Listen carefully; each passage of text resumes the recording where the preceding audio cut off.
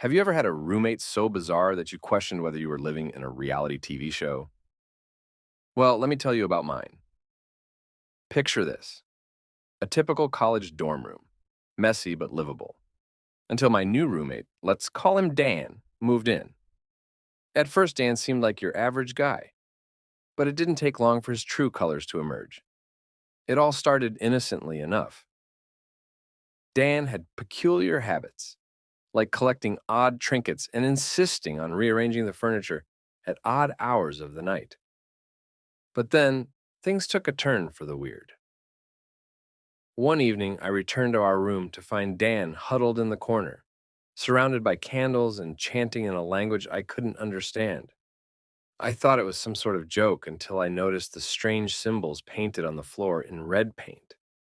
I tried to brush it off as a quirky phase, but Dan's behavior only escalated from there.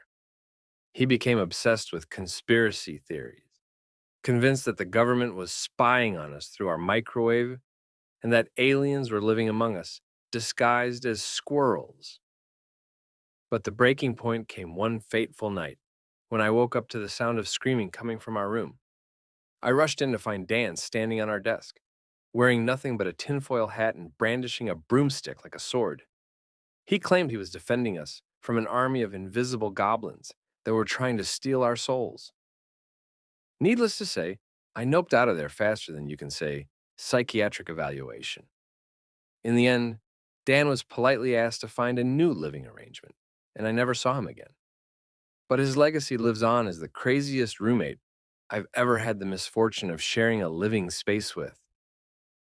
So, if you ever find yourself questioning your own sanity, just remember, it could always be worse.